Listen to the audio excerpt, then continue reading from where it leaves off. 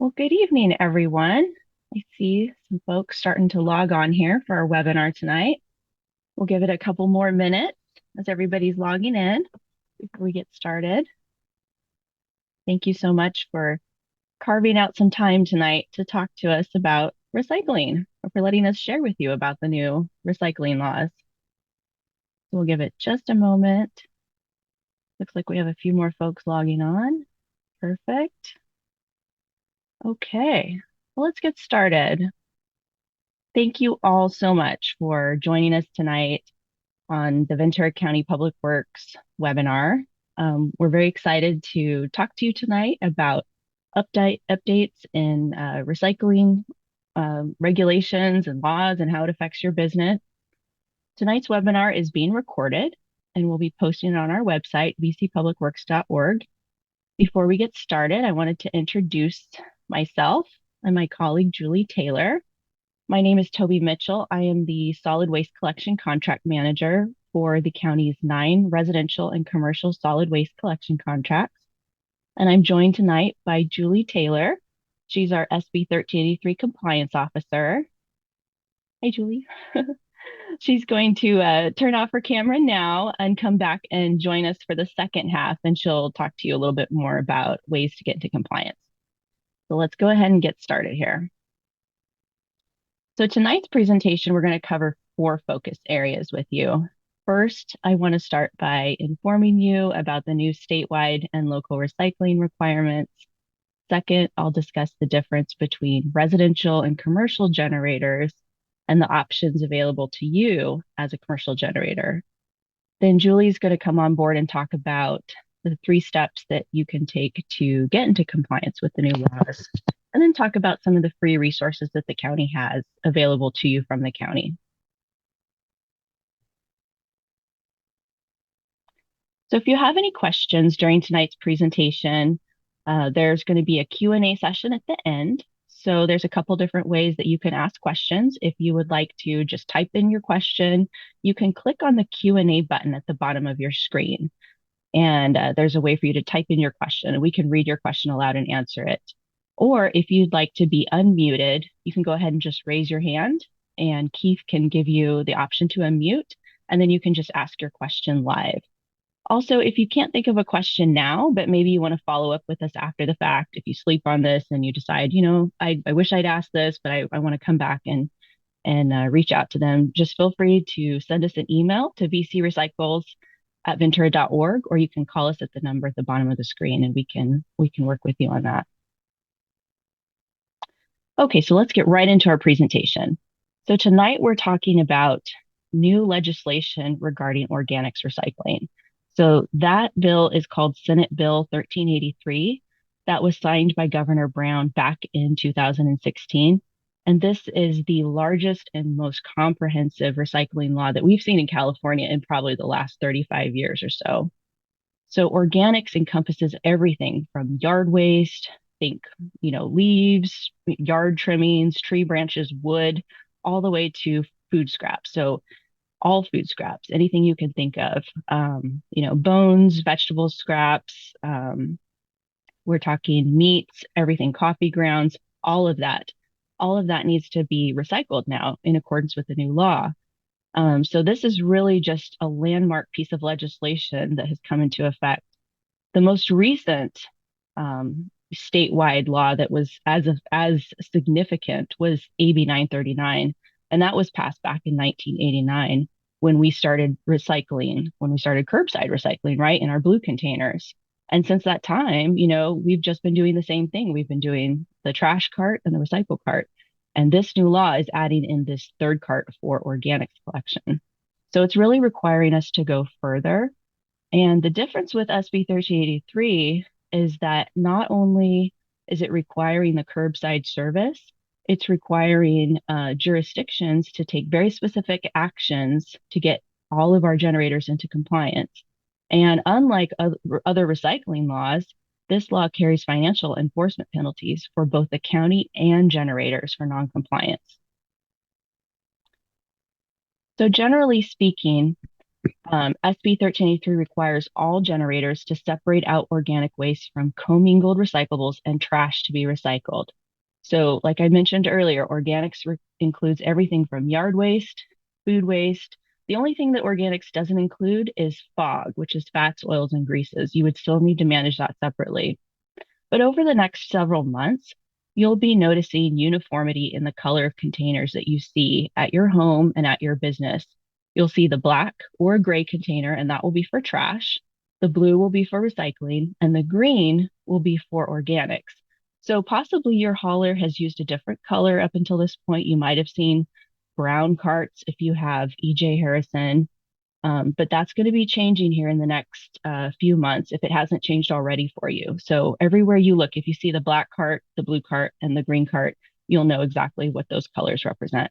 These colors are standard statewide. So not only will you see them in Ventura County, but you'll see them pretty much anywhere in California.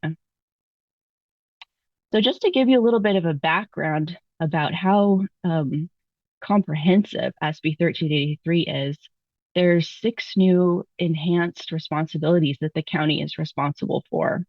So first, what we're talking about tonight is the organics collection and recycling. It's the county's responsibility to ensure that all residents and businesses have access to recycling and organics collection service at home and at work. The county is responsible for outreach and education. So it's our job to provide residents and businesses with the information and resources that you need to recycle with confidence. The third area, and this is a new program, very new to the County of Ventura, is an edible food recovery program. So we won't go into detail about it tonight, but if you have questions about it and you think that possibly your business would like to participate in the edible food recovery program, you're welcome to reach out to me about that. But essentially, it's the county's responsibility to connect food donors, such as grocery stores, large restaurants, large events, to food banks and meal sites. Because in addition to the inedible organics that are being collected curbside, excess food, edible food, is also part of the requirement of SB 1383. We have to recover that in addition. The other area that we're responsible for is procurement.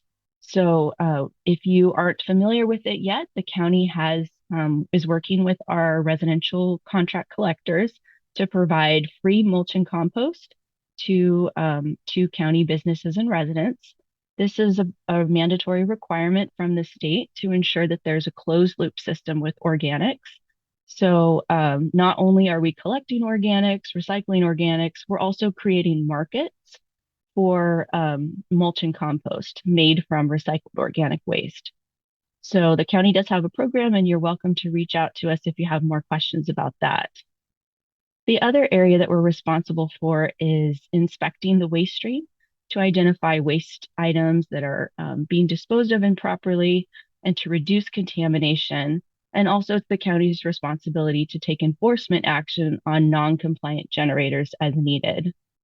The sixth and final area that the county is responsible for is capacity planning. So it's our job to ensure that local facilities, including composting facilities, have enough space to recycle organic waste into new products. So I've been using the word generator a lot so far, and you're probably wondering, well, what is a generator? Who is a generator? There's 2 types of generators that are defined in state law. There's the residential generator and there's the commercial generator. And we'll go into both. I'll describe what both are. So you can probably guess a residential generator, broadly defined, as a person generating solid waste at home. So if you live in the county of Ventura in the unincorporated area, you are either served by EJ Harrison or Athens Services. EJ Harrison has the bulk of our contract service areas, so they have about 75% of our residential service areas, and Athens has 25%. And what you'll notice here again is the 3 standard colors: the green for organics, the blue for recycling, and the black or the gray for trash. So the difference with a residential generator is in the county of Ventura, you get bundled service. So that means you pay one rate and you get 3 carts, or you get a bin and a couple carts. As a commercial generator, you're treated just a little bit differently. We can go into that next. But so this is how we define residential generators within the County of Ventura. Now, moving on to commercial generators. Commercial generators are broken down into three different categories. The first is a commercial business. The second is a multifamily complex with 5 or more units. If you're a duplex or a triplex, you're still considered a residential generator. But if you have 5 or more units, you move into a new category as a commercial generator. And then the third and final category is large properties. So you might have a single family home, but you have a large acreage. The way the county defines that is greater than 5 acres and with certain zoning. So if you are one of those three categories, you're considered a commercial generator. And what does that mean to you as a commercial generator? Unlike a residential generator, that has a designated collector and the bundled service, you as the commercial generator have the option to select your own collector and right size your service to fit your specific needs. So within the county unincorporated areas, there are 7 authorized collectors, and they all have contracts to provide service to you as an unincorporated county generator. You can reach out to any of these collectors at any point and request service from them. Now, they might not all be able to serve you at your specific location, but it's your right to contact them and request information on services and the territories that they serve and their pricing.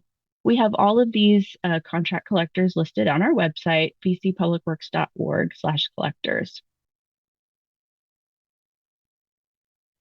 So far we've talked about state requirements for organics collection. There's also some local requirements for commercial generators that we'd like you to be aware of. So in the county ordinance, the county requires that commercial generators must subscribe to a level of collection service sufficient to handle the commercial generator's volume of trash, organics, and recycling. The only exception to this local requirement is to register as a self-hauler or qualify for a waiver. And Julie's going to be explaining both of those options to you a little bit later. At this point, I'm going to bring Julie back into the presentation to discuss how you, as a commercial generator, can get into compliance with both state and local recycling requirements. Okay, hey, Julie. Thank you, Toby. All right. So for commercial generators, in order to be in compliance with state and local requirements, each of your 3 waste or recycling streams, which you can see at the top of the chart on your screen, are trash, organics, and recyclables. Each of these 3 streams must be taken care of through one of the following: either collection, self-haul, or an approved waiver. For example, you could subscribe to trash, organics, and recyclables collection, or you could self-haul all 3 of your solid waste streams, or you could mix and match. What's important is that each of your 3 recycling or waste streams are taken care of through either collection, self-haul, or an approved waiver. We're going to be going into each of these compliance options in greater detail. Now, the first way that you can comply with state and local requirements is to subscribe to collection service. We're all familiar with the concept of trash collection. Well, these days, organic waste and recyclables are also collected in separate collection containers. Subscribing to organics and recyclables collection alongside your trash collection is one way that you can comply with state and local requirements. As Toby mentioned earlier, you do have 7 authorized collectors to choose from. The second option that you have for compliance is to self-haul your own trash, organics, and or recyclables to an appropriate facility. The link displayed on your screen will take you to our self-hauler registration form. If you plan to self-haul, fill out this form to let us know, and also to tell us which type of materials you will self-haul. Self-haulers must save and produce upon request receipts and weight tickets showing that materials were properly recycled. If you want to self-haul but you need help finding an appropriate facility to receive your items, contact us. We can help. Now let's take a look at the online self-hauler registry.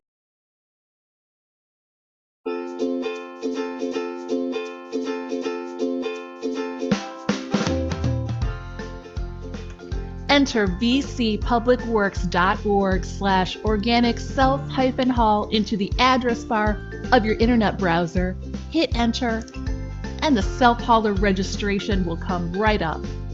After providing you with some information about self-hauling in unincorporated Ventura County, the form will ask you for your name, your contact information, which materials you plan to self-haul, and whether you currently subscribe to any collection service. Finally, you'll acknowledge and agree to the terms of being a registered self-hauler in unincorporated Ventura County before entering your name as an electronic signature and submitting the form.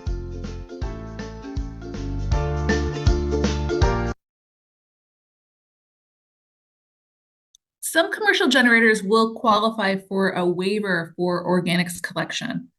There are two types of waivers available for organics: de minimis generation waivers and physical space constraints waivers. We will discuss each of these waiver types in detail.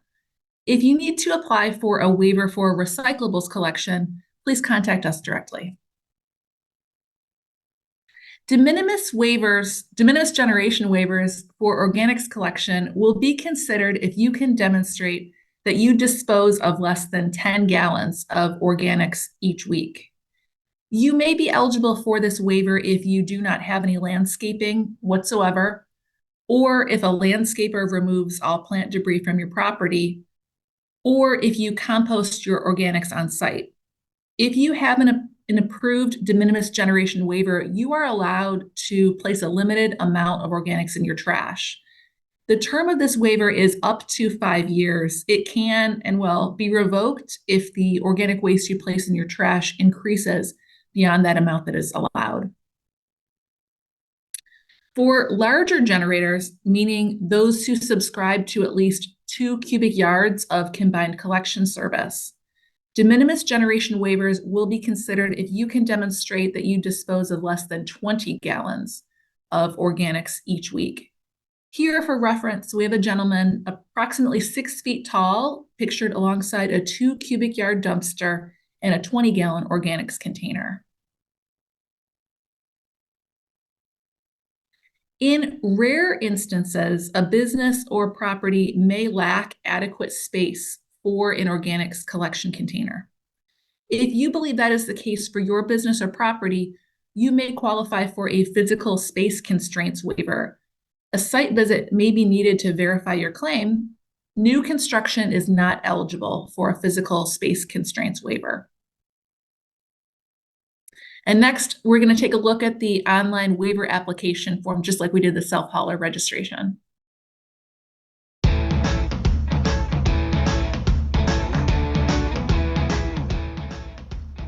Enter vcpublicworks.org/SB1383/waivers into the address bar of your internet browser, hit enter, and the waiver application form will come right up. After providing you with the eligibility criteria, the form asks you what type of waiver you're requesting, and to provide some basic information about your business or property, including your contact information. The next page asks you about your current collection service and how you are currently managing your green and food waste.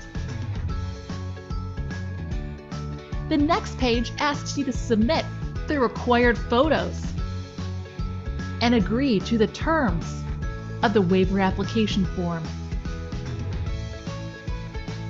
On the final page, you'll electronically sign and then submit the waiver application form.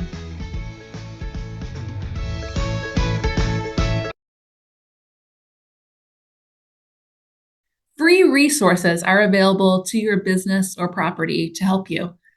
In addition to answering any questions that you might have, we can also provide indoor 23-gallon recyclables containers, indoor 23-gallon organics containers, food scrap pails, and signage. Contact us to schedule a delivery of these free items. We would be remiss if we did not touch on the topic of enforcement during this presentation. Enforcement is an obligation that has been placed on local jurisdictions by the state of California. Commercial generators who continue to violate our local Ventura County ordinance after receiving outreach from us may receive a notice of violation. A notice of violation is a legal document served by U.S. postal mail describing an alleged violation of our local Ventura County ordinance, along with the proposed penalty for the violation. The process to contest the alleged violation is also described, and a corrective action period will be allowed. And commercial generators who fail to correct identified violations will be subject to monetary penalties for continued noncompliance. And it is important to note that these monetary penalties will be more than the cost of subscribing to service. Now I'll turn it back over to Toby Mitchell for a discussion of next steps and the question and answer period. Thanks, Julie. Okay, I'm going to wait for my video to start up here. Okay, so thank you so much again for joining us tonight. We're going to keep this short and sweet, but what we really wanted to convey to you tonight is that it's very important that now is the time to comply with state law and county ordinance through one of the three options that Julie discussed. We have a lot of free resources that we would love to share with you to support you in your efforts to recycle at your business or at your property. We will be reaching out to you soon if we haven't heard from you in your decision to choose one of those three options. We'd like to get you set up with collection service with your hauler or a waiver application or get you registered as a self-hauler. So just let us know how we can support you in that effort.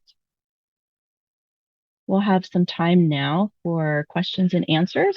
If there are any questions that you've thought of during the presentation, there's a couple different ways that you can submit questions. You can either type it into the chat or you can raise your hand and request to be unmuted. So as we give it a couple seconds here, if anybody has a question, I thought maybe it would be helpful if we shared a few questions that we've received from other businesses and just share those questions with you because maybe you have same questions. One of the questions that we got was from a business, and they asked, what if I can't afford to sign up for a new collection service? Julie, what would be your answer to that? So what I have been telling people in that situation is that they should schedule a meeting with their collection provider to right size their service or figure out just how big of a collection container they need for each item. These customers may be able to save money by going down to a smaller trash container, because some of the items that they previously were placing in their trash, they can now place in the other collection containers that they'll have for organics and commingled recyclables. I do know of at least one instance where that ended up working out for somebody. Mm-hmm. Exactly. You know, another question that we've received is, what if I don't generate recyclables at my business? What do I do then? Do I still need to take one of these three actions? What would be your response to that, Julie? So, we would actually be really surprised if you don't generate recyclables. Most businesses do generate a substantial amount of recyclables, but if your situation is unique, a very unique business, very unique, waste stream, we'd be happy to speak with you. Have an appointment. We'd be very happy to speak with you about your specific situation. Definitely. Now, Toby, I'd like to ask you a question. Some folks have been asking what happens if they put organics in the wrong container? Yeah, it happens to the best of us, right? I mean, there's always going to be some organics that end up in the trash, or, some rogue recyclables that end up in the trash. But ultimately, the goal of SB 1383 is that all organics be placed in the organics collection container. So as long as you have the service and you're doing your best to put those materials in their right designated containers, that's the most important thing. If your collection contractor, if your hauler, excuse me, discovers that you have a large amount of organics in your trash or recyclables in your trash, that is something that you could get tagged for. And through their contract provisions with the county, they are able to tag and fine you for that. So to avoid that altogether, the best bet is to get that container for organics collection or sign up for a waiver or sign up to be a self-hauler. So, all right, well, let's take a look here. We've got, oh, thank you. Got a comment from Bruce. Thank you so much for the webinar and for the information for the residents and businesses. Thank you, Bruce.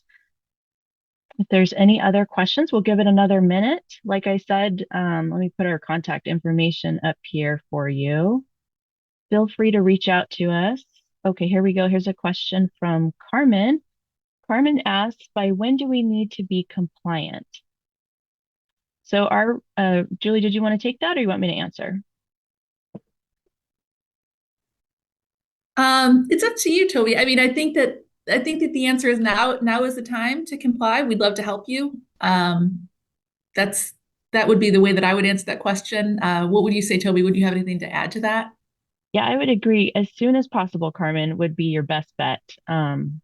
And feel free to email us at bcrecycles.org, at ventura.org. We can work with you directly and figure out what your particular situation is and what containers you need, what service level you need, who your current hauler is, and we would be happy to support you with that. So feel free to reach out to us and we can work with you directly on that. Yes, we would love to talk to each person individually and help you in any way that you need.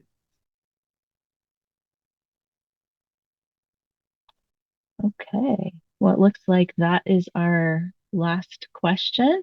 Here's our contact information on the screen. Oh, here we go. Another question. Catherine, your question was glass food jars, are they recyclable, and metal caps? Yes, they are recyclable in your blue container. Yes, and you can leave the cap on your container.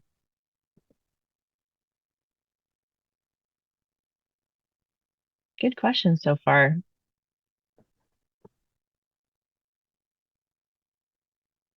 What if there are another question from Lisa? Thank you, Lisa. Thank you for being a part of tonight's presentation. And definitely for all of you on the call. So, okay, Melinda, the flyer says April 1st, we will be contacted to verify compliance. What does that look like? That's a great question, Melinda. Julie, did you want to answer that? Sure. So, hi, Melinda. We'll be reaching out.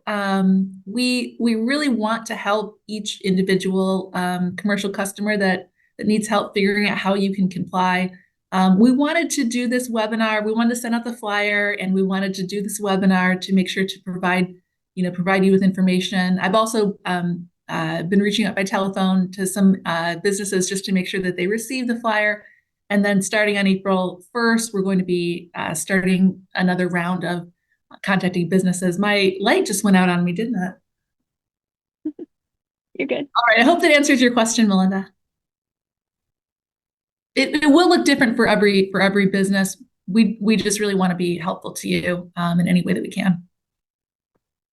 Okay, and then I see another question has come in from Catherine. So Catherine's asking, are Tetra containers wax covered recyclable?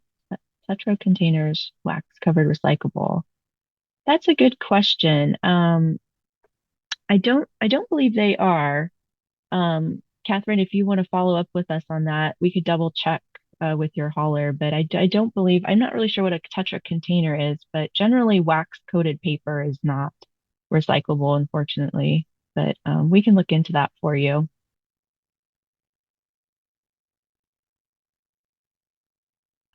All right. Melinda has a good question. She said, what type of trash is the pervasive K-cup? Yes, it is generally trash unless you take it all apart and you put those coffee grounds into the organics container and then you take all the pieces apart and dispose of them properly. So generally they are trashed.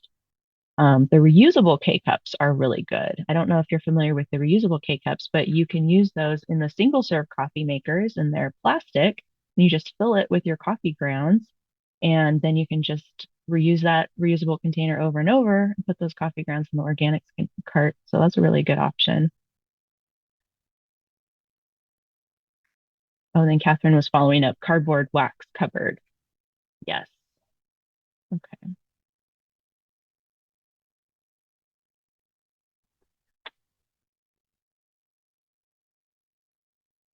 Great questions.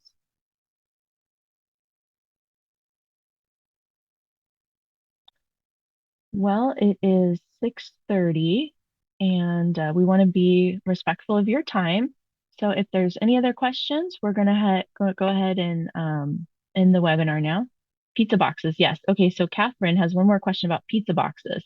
Yes. Now that's a fun one because um what you could do with your pizza boxes is you could take them apart. So if the bottom is soaked with grease, that would go in the trash. You could take the top lid off, that's not affected by the grease, and put that in your recycle cart.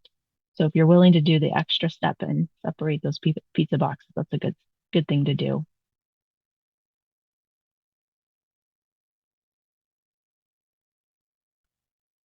All right. Well, thank you again, everybody, for joining us tonight. And feel free to reach out to us. Julie or I, we both can respond to you via the BC Recycles inbox. So anytime you have a question, please reach out. We look forward to working with you to help your business or your property get into compliance with the new state laws. You have anything else to add, Julie? Just that it was a real pleasure speaking with all of you. Wonderful questions. So nice to see so many of you attend. And just thank you so much. And just let us know if there's anything we can do to help you. All right. Take care, everyone. We'll be in touch.